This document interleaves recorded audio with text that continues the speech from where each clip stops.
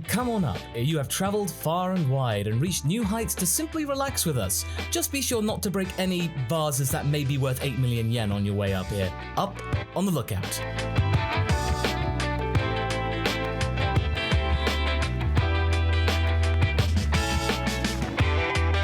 Up on the Lookout is a podcast related to Dragon Ball with more potential to be relaxed and not necessarily about being a hard-hitting interview-style show that wants to know information all of the time. If you've been enjoying our interviews, then do leave us a rating and review on your respective podcasting platforms of choice, and we will endeavour to improve even more. Joining myself, Masako X, is my trusty associate Haverock. Hello, I am the least famous part of this podcast. Oh, tis for sure, silly. As well as our guest for today. She is essentially one of the major contributors to most of the favourite anime in your selections on whatever streaming software you use. And I'm not just talking about the voice acting. A long-serving ADR director at Funimation, she can also be waxing lyrical on the stage to the words of English literature. It can only be Caitlin Glass. Hey, Caitlin! Hi, thanks so much for having me. Don't mind the lookout being a little bit breezy up here. Mind you, it's actually been really hot lately. I mean, I think it's 27 degrees here, which is, in your money, up in the low 80s right now? I have to do all these calculations. I to so many people in America that I just have to make sure that I go Fahrenheit, Celsius, even though I didn't learn Fahrenheit in school. Yeah, it's... Bless you for doing it, because I think that is when, no matter how intelligent you may be or how many degrees you have, if you don't know the metric calculations and stuff, suddenly you're just a big idiot. Yesterday I had to look up some centimeter to inches conversion, and I'm like, oh my gosh, I have a degree. What is this? Well, the thing is, if you don't use that information, then it just sort of just goes out there, because it's just either filled with stuff you got to do for the day, some things you just find on the internet, and just all those life hack things you really need to try. For example, I basically have just been obsessed with this 3-ingredient cookies and cream fudge recipe, and I'm just why am I obsessed about this thing? But then I tried it, and it's the chocolate really matters. Just condensed milk, white chocolate, and Oreo. Boom, you're done. Your Brits and your magical pastries. Well, it's not pastries. It's just literally fudge. 3 ingredients. Boom, done. You don't even actually need to put anything in the oven, which is even better. Yeah, even said that I am actually the one who does most of the cooking. Philly, my now wife, actually, she does a mean selection of slow cooker recipes, which is always very good to have. Let's just get things rolling on to the main topics and stuff. So with that, let's get started.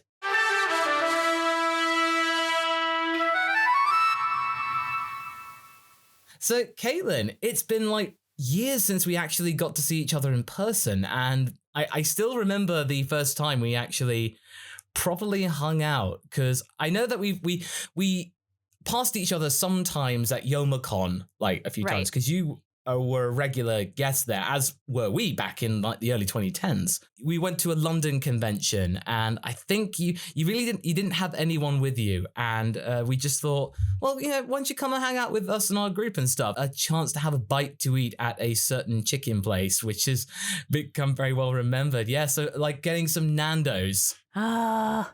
The best. We all still remember it to this day. It was all a really nice evening of just let's just sit back and just have chats and stuff, not the old thing of do the voice. Thank God. We're all people, and we're just done a busy day ourselves, and we're just can we just get something to eat, please? Something preferably chicken related, or just something just so that means we can just quietly just eat. It was great. It's just a shame that there's not more of that kind of stuff. I can imagine Nando's going down really well in Texas. We like chicken here. There is a Nando's in DC. I remember I was at Katsucon a couple years ago, and you can just walk right over to it. And that was fantastic. It was so nice to get to go. It had such nostalgia for me. My husband doesn't really care for it. I don't know why, but I think the reason I like it so much is because I have good memories of the place. Eating there with you guys that one year. And then I think just a year later, I went back to England for another convention, and I brought a voice actress friend with me, Tia Ballard, and I'm we have to go to this chicken restaurant. And so of course we did. Great memories then too. And just anytime I see any of you crew, we can't not talk about Nando's. Although having said that, whenever I've been in Texas, like my friend Scott, he's always just like, let's go out to lunch sometime. Like we always go into like Fast and Furious and Ida Claire.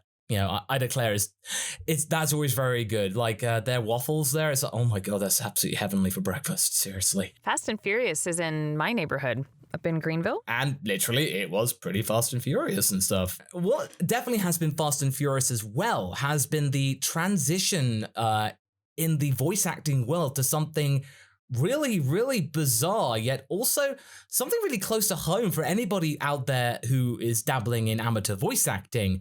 The idea of what it's been like to make these simul dubs and stuff under lockdown. And we were dabbling about this with Damon in the previous episode, and it was a very interesting transition to move from the studio to your own home office, and it obviously depends on what software and equipment that you have. But seeing that you, Caitlin, as an ADR director, especially with recent titles as such as the reimagining of Fruits Basket, how's it been to really kind of like get back to some sort of normality, really, in terms of like shifting the production from basically you being the director? It's been an experience. I don't want to speak negatively because I'm so grateful to have a job right now and to still be working and to be able to give work to actors is fantastic. So I'm really proud of Funimation for doing whatever they could to get actors working, actors who may not have had the equipment themselves. But, we need our shows to still happen and they still need to make money to pay the rent. So what can we do? How can we mutually work together to make that a reality? But it is very difficult under the current setups that we're using as a director to stay focused because I'm all alone. Personally, I am a collaborative worker, so I like being able to have my engineer right next to me, and when the mic is off and the actor can't hear me, I can discuss things with the engineer. And in this case, we're all three of us in different places. I'm at my home, engineers at their home, actors at their home, and there's a lot more responsibility placed on the actor to deal with the timing and the engineering of the session, basically. So the engineer is there to assist, and I'm there to listen. But I think with Fruits Basket in particular, it's it's a show where you really need to feel connected to your character and also to the other characters, and not being in a booth and having the same type of what do I want to call it? Not quality control, because everybody's still being a good actor. But, you just can't hear as well as you can when I'm back at the studio. Yeah, it's that, and it's just having more fine-tuned control of every single voice that you interact with, like when you are the performer.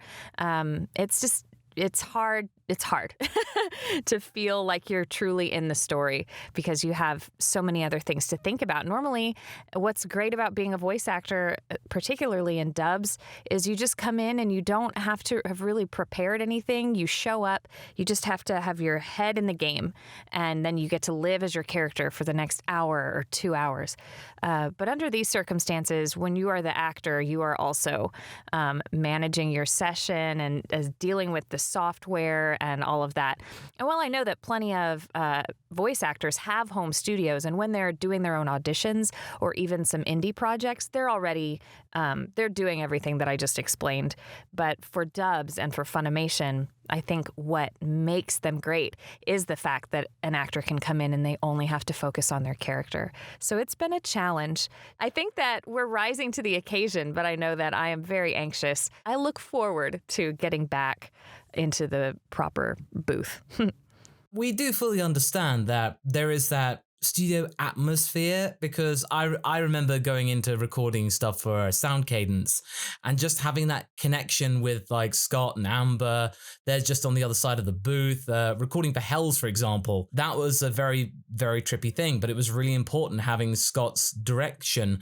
Basically, I could see him. So having that connection, and yeah, having a webcam's all very well and good, but like you said, it is a real challenge to just have the actors on that screen, and they're basically having to look at 5 or 6 different like controls and like different applications open and stuff. I think I saw like on one Instagram story like a picture just like of the screen. I was like, oh geez, wow, that's a lot of things that could go absolutely wrong at any certain thing.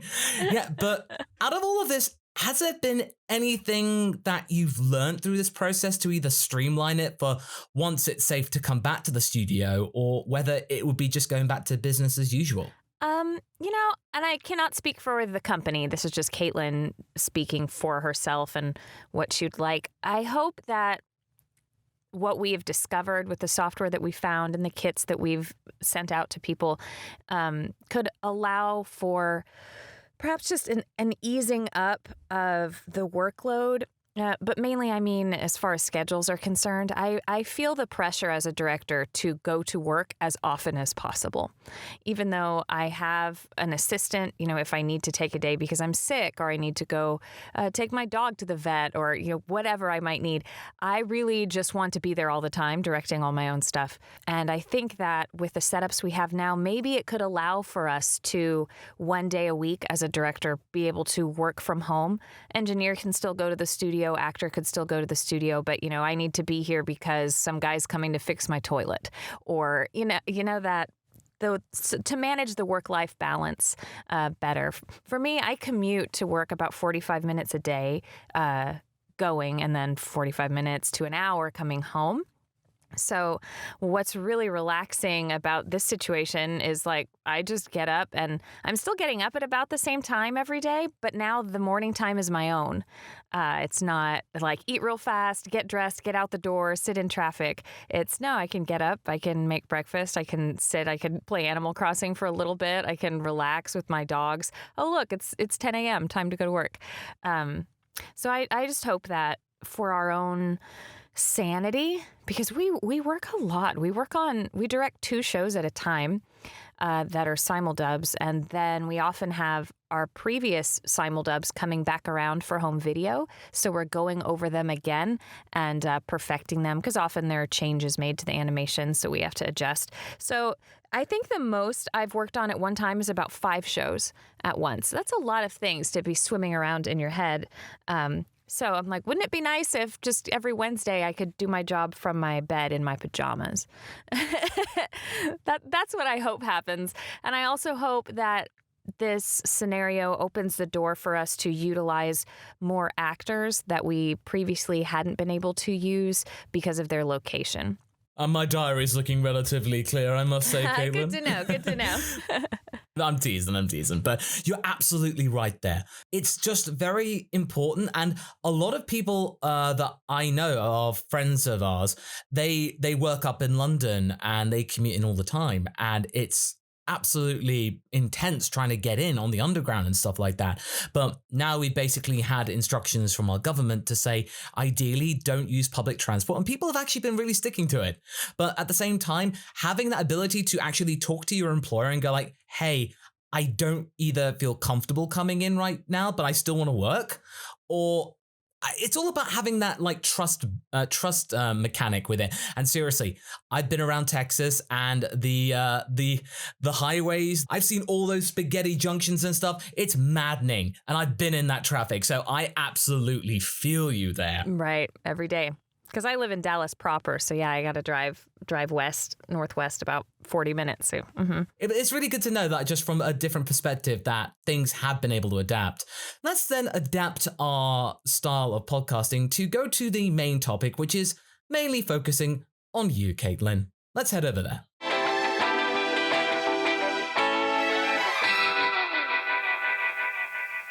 This is coming from somebody who's only recently become a dog person, because it was really talking with Philly that I was just playing with our new bearded collie named Uffa. Yeah, those things you said 2 weeks ago, I'm not sure whether I'll love this dog. Are you going to recant that? And I went, yes, I will. It's just the thing is, I used to live next to 3 German Shepherds, and there was a hole in my fence when I was 8, and they came running for me. So that was enough to scar me for a very long time. But now I can actually see the appeal. And of course, when we are actually hanging out, seeing pictures of your French bulldogs, they're absolutely adorable. Thank you. Would you describe yourself as a devotee or a breed that you really just can gel with? Our Our oldest dog, Torito, is 10 now. And I think that French Bulldogs are definitely the breed that suits my husband and I. So we'll probably continue to get French Bulldogs our whole life. At the same time, I recognize the problems with the breeding of dogs, and I do sometimes feel guilty. We have a male and a female, and we got the female because we love the male so much, and his temperament is really amazing, and we thought we need another dog just like him, so let's get a female and make that happen. Well, because Frenchies are essentially genetically modified dogs over they can have a lot of problems such that they can't even make puppies without assistance. So, that's another expense. And then they also cannot give birth to said puppies except via cesarean section. And our female ended up having just some problems with her breathing and et cetera. So she's not really a good candidate to have puppies. And then I just don't want to put her through that. And then I feel bad about getting even any more French Bulldogs, knowing what the animals have gone through, just so I can have this adorable thing that looks a certain way and acts a certain way. I don't know when it comes time to get more dogs in our life if we'll get more Frenchies or if we'll go just to a shelter and get a dog. We're definitely dog people. Yeah, of course. And now I can actually fully understand that now, because the same with Uffa. She is a pedigree bearded collie. And a lot of people really like her because they get really shaggy, and they're often mistaken with old English sheepdogs, like the Dulux dog, essentially, those dogs on the paint can. There's a weird thing with British advertising. We always want to associate stuff with dogs. Like there's the Dulux dog, there's the Andrex puppy, which is basically a brand of toilet paper. It's just these cute little golden retriever puppies. And most of the ads are just them basically rolling out these rolls of toilet paper, causing absolute mischief, but then it's a puppy, so you can't be too mad at it, so you therefore buy the product. I don't know what's up with that. Yeah, so despite anime being a huge part of your repertoire, you also do dabble in theatre acting, most notably Shakespeare, because I have noticed a lot of that on your many feeds. What sparked this fascination? And let me guess, did it have something to do with college? I've been into Shakespeare since high school, probably. It's required reading in high schools in the States each year. In your English class, you'll focus on a different play. So that's kind of how I came to be fascinated with Shakespeare. My senior year in high school, I had a really amazing English teacher, and I was a bit of I don't want to say a nerd. It's strange to have plenty of friends, but still not really know where you fit in. So I would spend a lot of my lunch hours, my senior year in high school, in my English teacher's classroom talking about Shakespeare. That's the kind of person that I was. But she was great, really just gave me a lot of insight and read this and look up that. And I was learning more things from her in those lunch chats than I was in my classes. And that doesn't mean that the classes were not educational. That just wasn't the focus. We had a lot of things to cover in English class, including the language, not just Shakespeare and his life. So that's kind of what started the fascination with it. And then in college, yes, we did some productions. I was in 12th Night my freshman year of college, and I went, oh yes, more of this, please. But since it was a program that was focusing on us being well-rounded in all facets of performance, it wasn't just let's learn how to do Shakespeare and only Shakespeare, or classical acting only. So I had intended to go to graduate school so that I could focus on Shakespeare and classical acting, but anime found me instead. So I followed that because I was also interested in it. It wasn't just a random, well, I guess I'll do that. No, I was about it, and I recognized that the opportunity doesn't come along every day. Not everyone goes on a tour of Funimation and then leaves with a job. So I thought I should probably stick with this for as long as possible. And now I'm still doing it. I think I'm currently in my 17th year of voice acting and directing and the anime industry. Coming back to Shakespeare for a moment, what's your favorite play? I'll always come back to Hamlet. I know it may seem cliche, everybody loves Hamlet. No, I really do love Hamlet. and I love Othello. I love the tragedies a lot. And I'm currently working on a Julius Caesar production. More on that later. Now, personally, I studied Shakespeare in sixth form college, which is basically like senior year, roughly. And I think the one play that I really resonated with was Much Ado About Nothing. We studied the text, and then we watched the Kenneth Branagh film from 1993. Mm-hmm. Yeah, and it's just absolutely great seeing like the likes of Richard Briers and Emma Thompson and Kenneth Branagh just going off on one. But then I think our entire class was basically just ragging on Claudio, basically just being such a big whiny baby. It's true. Like so many different times. It's just like, I don't know whether it was the interpretation of the movie itself or anything like that, but it was just really crazy. But that's certainly something that that was probably one of my favorite Shakespeare plays. But also incidentally, have you ever been to Vancouver in Canada? Yes. Oh, right. Are you by any means acquainted with the Shakespeare troupe known as Bard on the Beach? No, that sounds super fun. Oh, well, basically it's run by one of my mum's like oldest friends, like, their little brother, his name's Christopher. And basically he moved to Vancouver about like 60 years ago, and he set up this troupe of Shakespearean actors. And now they basically, like on the west coast of Vancouver, like near the Pacific, they have this huge tent, and they basically do these semi-outdoor alternative interpretations of Shakespeare plays. And it's just so relaxed and stuff. So if you ever go to Vancouver again, I seriously recommend it, because I went to go and see like a modern take on Taming of the Shrew. It's always really nice to be able to kind of just like go up to town and go and visit the Globe. So that's always really nice. I was in London, I think summer of 2018, and I had been to the Globe before, but I hadn't actually seen a production because it didn't fit into my schedule.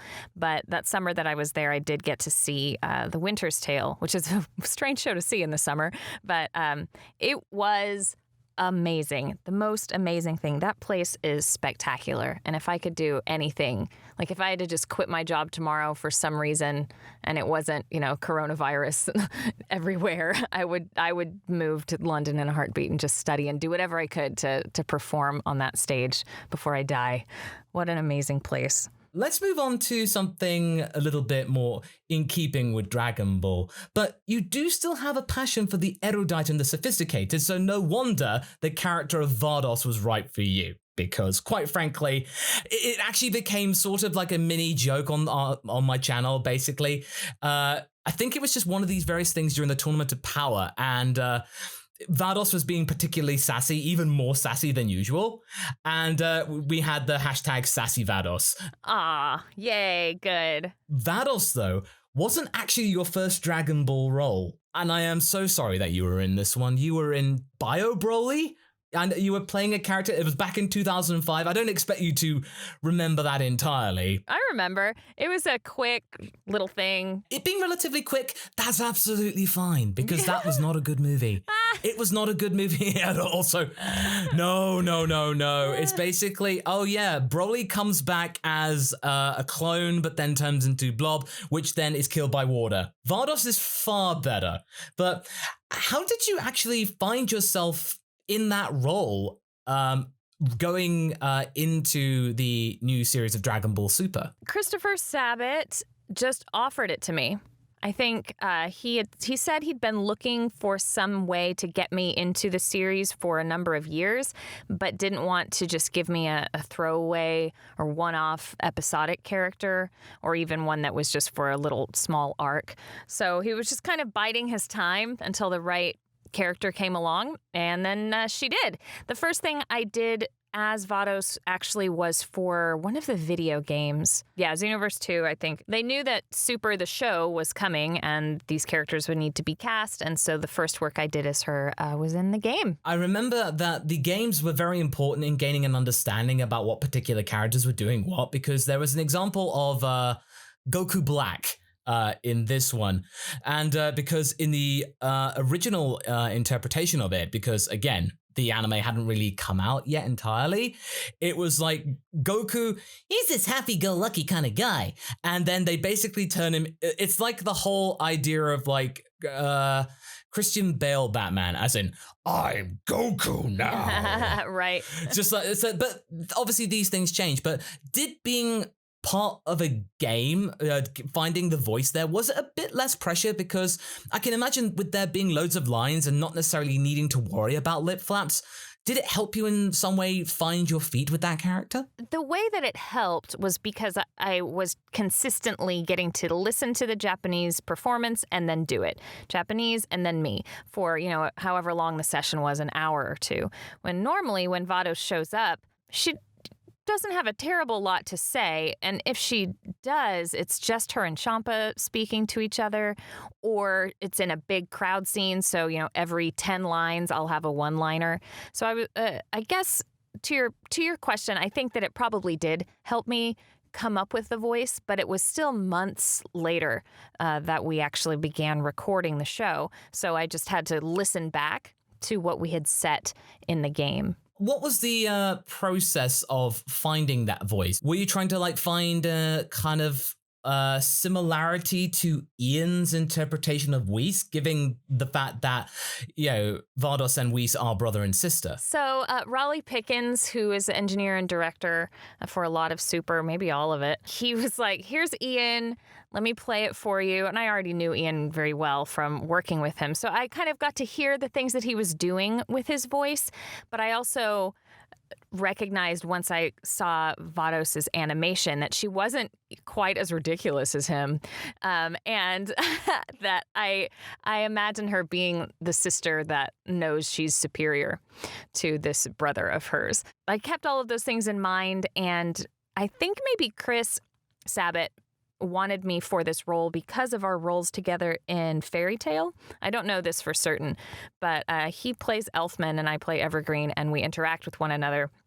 And Evergreen is another very haughty, arrogant character. I would not consider Vados to be arrogant, but I think haughty, certainly, definitely at times. So I started there. I started with the voice that I had already established for Evergreen, but gave it a bit more sophistication because I think Evergreen tries too hard, whereas Vados actually is that smart and sophisticated and doesn't really have to prove herself to anyone. That's just how she is. What's great about dubbing is we have this performance by the Japanese and also the animation to inspire what we do. So I just kind of watched the give and take between Vados and Champa and knew what sort of counterbalance I needed to be to Lord Champa's character. Spot on to what Hav and I basically interpret from Vados. And you're absolutely right, really, because Vados is the slightly older sister to Whis. And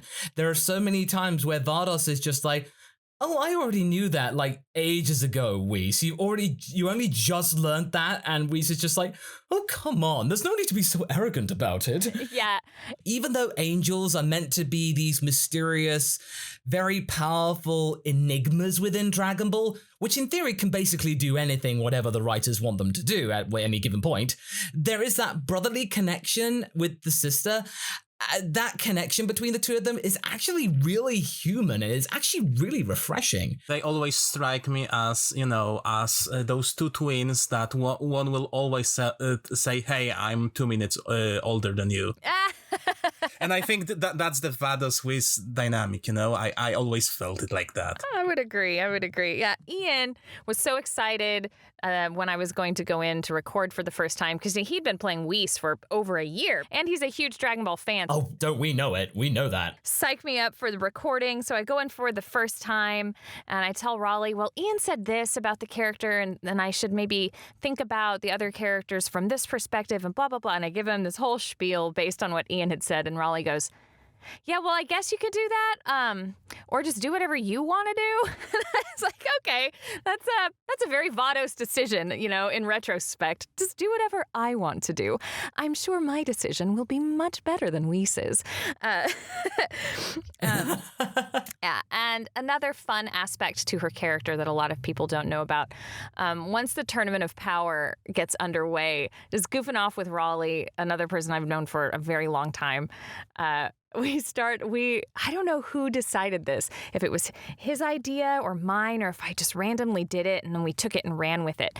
But the idea is that Vados, this all-powerful angel, is still extremely turned on by muscles and the power of other competitors, especially any character that we don't know much about anyway. It's one thing if it's like Vegeta or Goku, like who cares? We've been watching them for years. But new people who show up, like everything that Vados says in regards to them has a little bit of, oh, look at him in it. And just, it's all in the subtext. And we had a great time with that. Of course, because angels live for like eons. Anything new is like something absolutely revolutionary. Yeah, and she has to hang out with Chubby Champa all the time, who just like eats, and good grief. She's basically having to be like a walking like health app. Angels are basically like Amazon Alexas for Gods of Destruction sometimes. Amazon Alexas, that's great.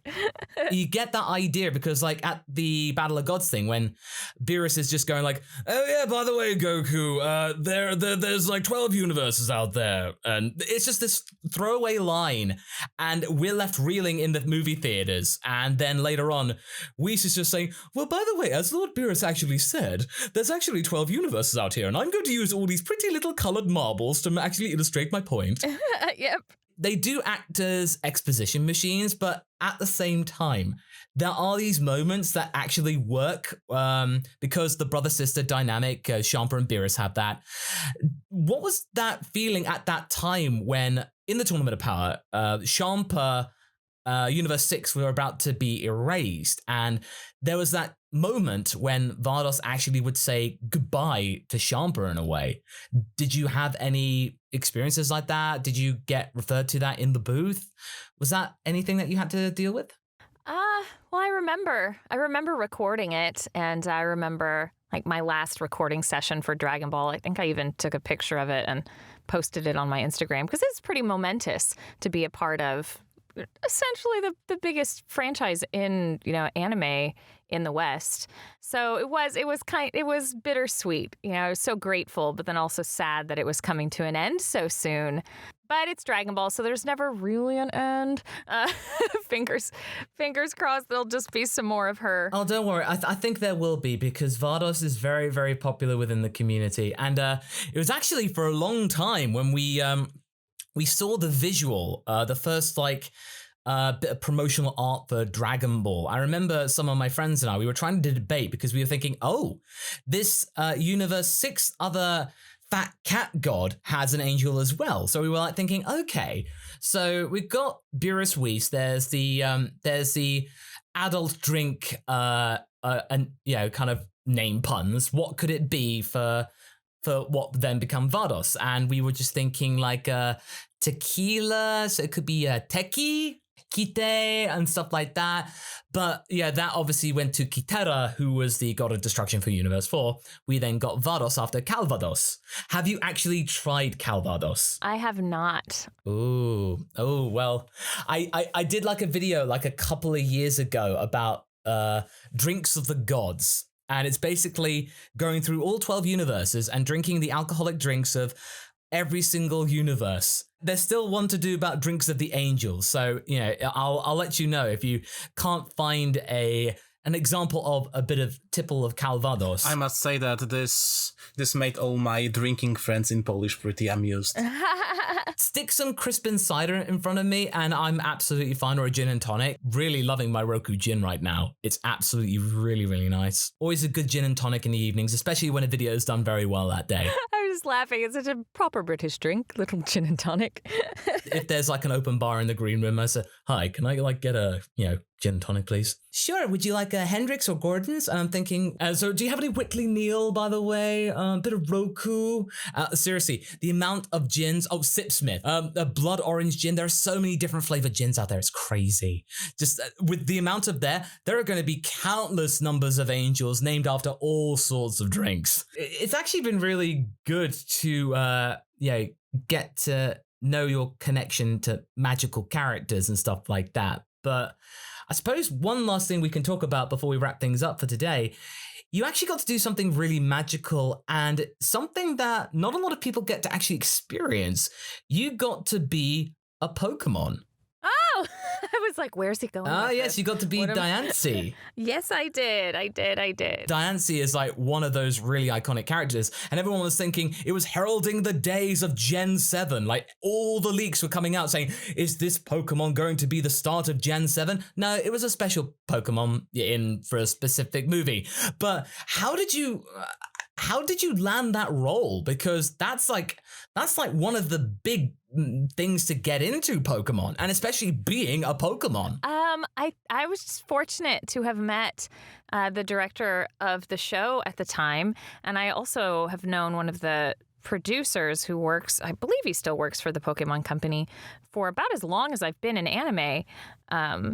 Toshifumi Yoshida. I've known him back. He used to work for, I think, Viz, and he worked on Inuyasha. That's when I first met him, I think, at the very first Youmacon, so 2005. Or was that 2004? I don't even remember. I think 2005. Yeah. Anyway, so through conventions and making connections that way, the main cast of Pokemon had already been set. So I knew that if I ever had a chance of being in Pokemon, it would either be suddenly there's a new show, but then probably I wouldn't be in it because Pokemon is done in New York and I don't live there. And they're just, I don't know, that they don't really use out-of-town talent, which I totally get as a director in Texas. I completely understand how it can mess with your schedule and et cetera. So I'm like, well, maybe there'll be a movie someday, but I didn't really hang my hopes on it. It was just hey, if that happened, that would be cool.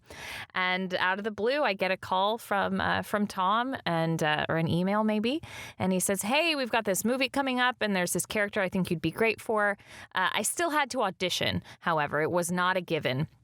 It was me. I don't know who I was auditioning against, but he sent me the sides and some instructions, and I gave my best shot. And then he gave me some notes, like, can you make this change and this change? I said, okay. So then I auditioned a second time. I guess it was kind of like a callback. And then I got it. And I was like, wow, amazing. And I went up to New York, and we recorded the movie in maybe 2 sessions. It's like a day and a half or so. And that was that. When did you actually get to see an example of the image of Diancie? Was it something that you only found out later on, or was it something that you saw immediately upon being offered an audition? I thought that she was so cute, and I really liked all the pink, and so I was just, summoning up other pink characters in my mind just to give me inspiration for her. And the princess aspect, I was all about that. I'm like, okay, I get it. Princess, okay. So it was the cute, the small. She's also a princess. It was just helping me make some decisions about where to place the voice. She's adorable. She's the cutest little rock. Yeah. I mean, if you have to be a Pokemon, who wouldn't want to be like a fairy rock princess? Come on now, who's got diamonds for hair? Like, there's not a better Pokemon. I would say, with like a rock princess, that's metal as hell, but Diancie's not a steel type.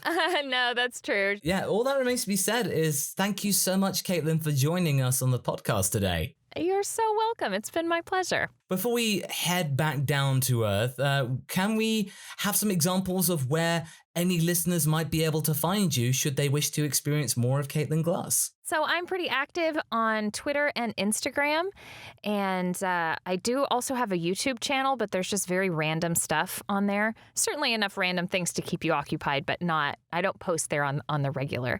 My handle or screen name for all of those things is Caitlin's Voice, CAITLINS Voice, Instagram, Twitter, YouTube. I do have a Facebook. I never use it, so don't bother.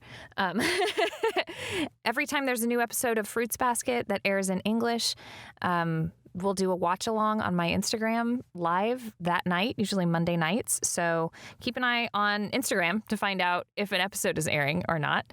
And that's where you can find me. Well, absolutely brilliant. And the fact that you do those watch alongs, that's really great because it's so different from a typical reaction video, because watch alongs are basically like, hey, get this thing up on your screen or whatever and just watch it with me. Like we're basically on the same couch. Yeah, we're just hanging out together. It's much more chummy, which is exactly what we want to do here up on The Lookout. So once again, Caitlin, thank you very much for your time. Absolutely, anytime. And thank you so much, everybody, for listening. If this is something that you've been enjoying and wish to experience more of, you can check out our previous episodes with many interviews as well as reviews relating to Dragon Ball. And we'd also appreciate a rate and review on your respective podcasting platforms. It really does help the show grow. And if you wish to become a caretaker of the Lookout and get your name listed on the podcast, you can go to masako.cc/lookout. But all that remains to be said is thank you once again for listening. And until the next time, stay safe, everybody, and take care. Ta-ra!